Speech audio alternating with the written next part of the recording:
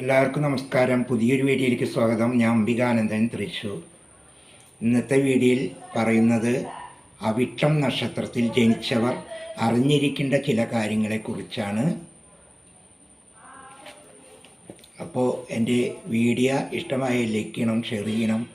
ആദ്യമായിട്ടാണ് എൻ്റെ ചാനൽ നിങ്ങൾ കാണുന്നതെങ്കിൽ മാത്രം ആ ബെല്ല് ബട്ടനും ചുവന്ന ബട്ടനും ഒന്ന് അമർത്തിക്കൊണ്ട് എൻ്റെ വീഡിയോകൾ കാണണം. നമുക്ക് വീഡിയോയിലേക്ക് പോകാം. കാനനമാകയലന്നേ രാമൻ സീതയെ തേടി നടന്നേ, താമരച്ചേലുള്ള ജാനകി വഴി പോകുന്നതാരാനും കണ്ട്. അപ്പോൾ ഇന്നത്തെ വിഷയം അവിട്ടം നക്ഷത്രത്തിൽ ജനിച്ചവർ അറിഞ്ഞിരിക്കേണ്ട ചില കാര്യങ്ങളെക്കുറിച്ചാണ് ഞാൻ പറയുന്നത്. ഇപ്പോൾ തന്നെ ഒരു പേപ്പർ എടുക്കുക, പേനയെടുക്കുക, ഈ പറയുന്ന പ്രകാരമൊക്കെ എഴുതിയെടുത്ത് അപ്രകാരമുള്ള ഭജനവും പ്രാർത്ഥനകളും ക്ഷേത്ര ദർശനങ്ങളൊക്കെയായി മുന്നോട്ട് പോയാൽ നിങ്ങളെ അലട്ടുന്ന പ്രശ്നങ്ങൾക്കൊക്കെ നിങ്ങൾക്ക് തന്നെ അല്പം ശാന്തി വരുത്തി മുന്നോട്ട് പോകാൻ കഴിയുമെന്നുള്ളതാണ്. അപ്പം നമുക്ക് തുടരാം. നക്ഷത്രം എന്ന് പറയുന്നത് 27 നക്ഷത്രമാകുന്നു. രാശി എന്ന് പറയുന്നത് 12 രാശിയാകുന്നു. ഗണം എന്ന് പറയുന്നത് 3 ആകുന്നു.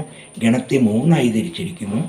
ദേവഗണം, മനുഷ്യഗണം, അസുരഗണം. ഈ ഏതെങ്കിലും ഒരു ഗണത്തിലായിരിക്കും നമ്മൾ ഓരോരുത്തരും ജനിച്ചിട്ടുണ്ടാകുക. അവിട്ടം നക്ഷത്രത്തിൽ ജനിച്ചവർ ആരാധിക്കേണ്ടത് ഭദ്രകാളിയെയാണ്. ഇവർക്ക് സുബ്രഹ്മണ്യസ്വാമിയെയും ഭജിക്കാവുന്നതാണ്. ഭദ്രകാളി ആരാധനയും സുബ്രഹ്മണ്യസ്വാമി ഭജനവും നല്ലതാകുന്നു. നിങ്ങളുടെ രാജാധിപൻ, നിങ്ങളുടെ നക്ഷത്രത്തിൻ്റെ രാജാധിപൻ ചൊവ്വയായതിനാൽ ചൊവ്വയെ പ്രീതിപ്പെടുത്തുക. അവിട്ടം, മകീരം, ചിത്തിര വരുന്ന ദിവസം ക്ഷേത്ര ദർശനം നടത്തുന്നത് നിങ്ങൾക്ക് വളരെ ഉത്തമമാണ്.